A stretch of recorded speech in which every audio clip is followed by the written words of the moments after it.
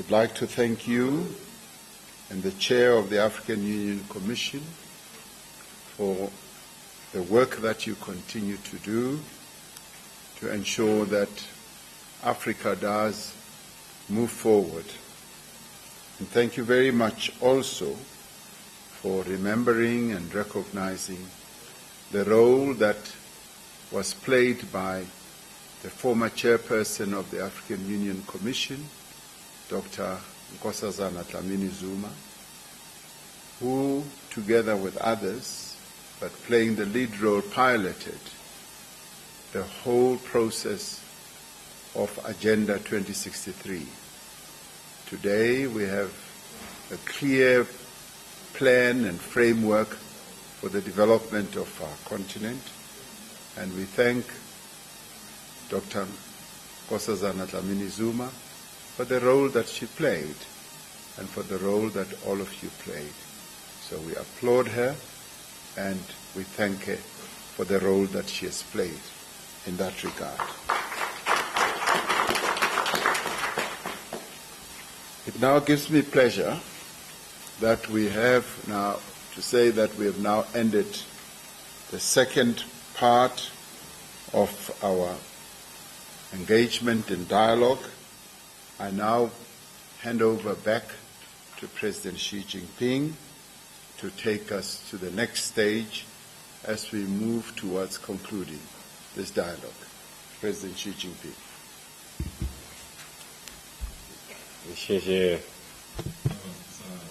Thank you, President Ramaphosa. My colleagues, as per this agreed schedule, we will release the joint statement of the China-Africa Leaders Dialogue after the meeting. Following friendly consultation, the joint statement has pulled together our wisdom and reflects our consensus on important international and regional issues. It reflects our firm support for African integration and will send out a strong voice to the international community for solidarity and cooperation between China and Africa and international fairness and justice. If there are no further comments, I suggest that we adopt this joint statement with a round of applause.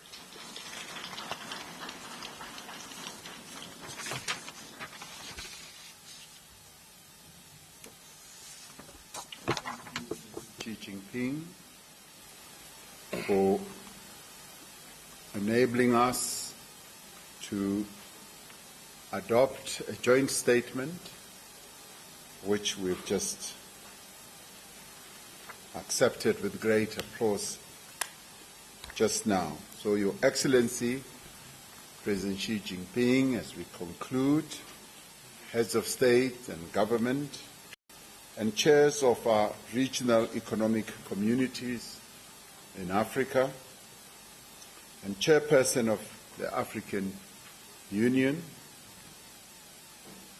and ladies and gentlemen, our deliberations this evening have been robust, giving us all a sense of the challenges facing our continent, Africa, but at the same time highlighting the opportunities that lie ahead for progress. Our dialogue has also been very hopeful and very confident about the future of our continent. The discussions have also highlighted the importance of partnerships amongst our various economic community regions on the continent, but also in relation to our partnership with China. With the launch of the initiatives announced tonight by President Xi Jinping, we are confident that we can move forward to development, particularly the development of the integration of our continent and advance to the diversification of our economies. These initiatives will enable African countries to develop, particularly in relation to industrialization, so that we can industrialize much faster in agriculture, in manufacturing, so that we can also export finished goods, high-quality goods, rather than the raw materials that come from the wealth of our continent, which is the mineral endowment we have.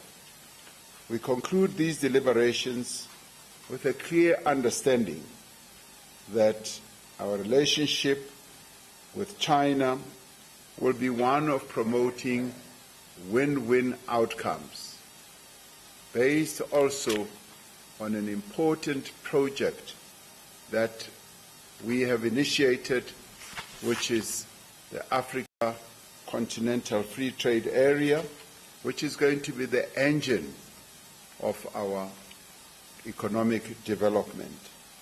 We have discussed that infrastructure development is also going to be a key component of our economic success, and that we will need a great deal of investment in infrastructure.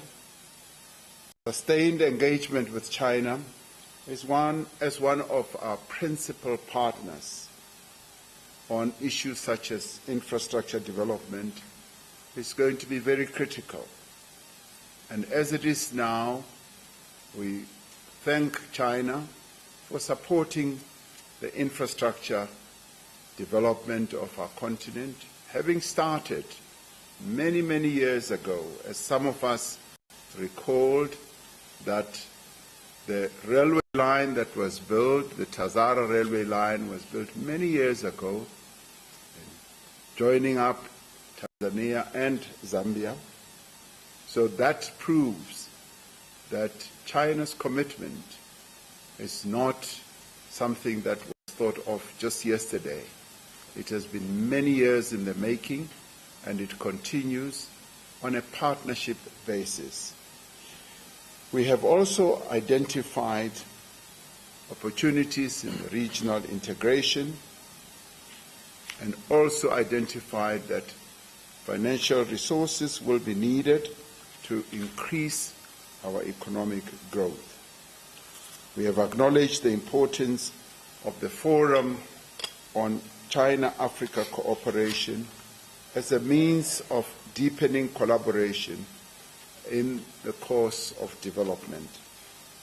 The adoption of our joint statement just a minute ago will further solidify our resolve and commitment to enhance China-Africa relations that are based on mutual respect, cooperation, and win-win outcomes. It is now incumbent upon us all to translate all these intentions that we have articulated here into concrete regional actions that are time-bound and based on time frames and also result-orientated. We should use all necessary regional and continental tools through our regional economic communities and the African Union to realize our commitment to an integrated, dynamic, growing, developing, and prosperous Africa. President Xi Jinping, we thank you for being a good partner of the African continent. And as we end this dialogue, we wish you bon voyage as you go back to China.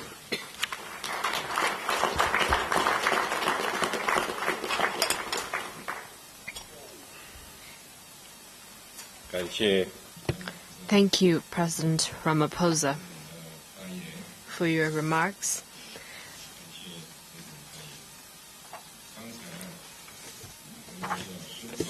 Just now, we exchanged views on deepening China-Africa friendship and cooperation. It's been a productive and efficient meeting, and we agreed to work together to boost African integration, advance modernization, and build a high-level China-Africa community with a shared future. We are convinced that solid African integration and sound modernization of both China and Africa will provide new engines for world economic development and will contribute positive energy to international fairness and justice, and will set an example of equal, open, and cooperative global partnerships. Following this dialogue, China will release the Initiative on Supporting Africa's Industrialization, the Plan for China Supporting Africa's Agricultural Modernization, and the Plan for China-Africa Cooperation on Talent Development. These three documents will set out the key areas and pathways for China-Africa cooperation in the coming period. The trend of history surges on, and a great cause inspires us all. As long as China and Africa work together to uphold the common interests of developing countries and boost the representation and say of the Global South, we will be able to create a just, peaceful, and open environment for development, build a global governance system featuring extensive consultation and joint contribution for shared benefit, and pull together humanity's common values of peace, development, fairness, justice, democracy, and freedom. I'd like to thank President Ramaphosa for co-chairing this China-Africa Leaders Dialogue together with me, and thank you again to all colleagues for attending today's dialogue. I also send my regards to other African leaders who could not join us tonight. I wish you all good health and all the best with your work. And I wish China-Africa friendship would last forever. Thank you.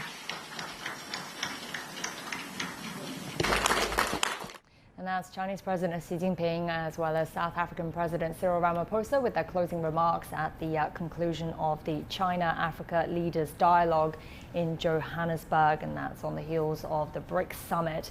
Now, in the studio with us to discuss this, we have Zhang Yongpeng, a Senior Research Fellow at the Institute of West Asian and African Studies under the Chinese Academy of Social Sciences, and Liu Baocheng, Dean of the Center for International Business Ethics with the University of International Business and Economics. Gentlemen, we've been waiting for these closing remarks for some time now. We heard them talking there about the launch of these three initiatives, which President Xi talked about at the very beginning with his opening remarks. Do you think this is in line with the expectations of the African leaders for this dialogue, Professor Liu? Well, they expect much more, I should say, but it is really in line with the direction that what they really want.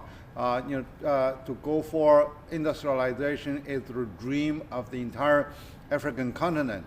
Africa is really having every reason to be a land of promise, but without the sufficient infrastructure support, without the industrialization supported by energy, of course, and how can they really grow the right type of agriculture, and how can they grow the right type of the added value in terms of their exports? So therefore, China really comes to the aid, and plus that with the green agricultural economics. So this is something that is they're very much suited to their local environment, And then, without the right type of talent, then everything else won't really be properly managed. So all of these three can be combined to serve as the right type of basket to help the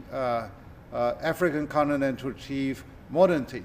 And plus that by free trade, particularly by intra-trade, because there are so many African countries that have different advantages, different type of climate, so that by promoting intra-trade and also trade with China and rest of the BRICS countries, they can really bring a more robust and dynamic economy, and with China's the collaboration. But I also want to remind that expectation must be adjusted. China is not there to be totally a Santa Claus. There must be a two-way traffic in terms of win-win cooperation. So China is there is a partner, not a Santa Claus.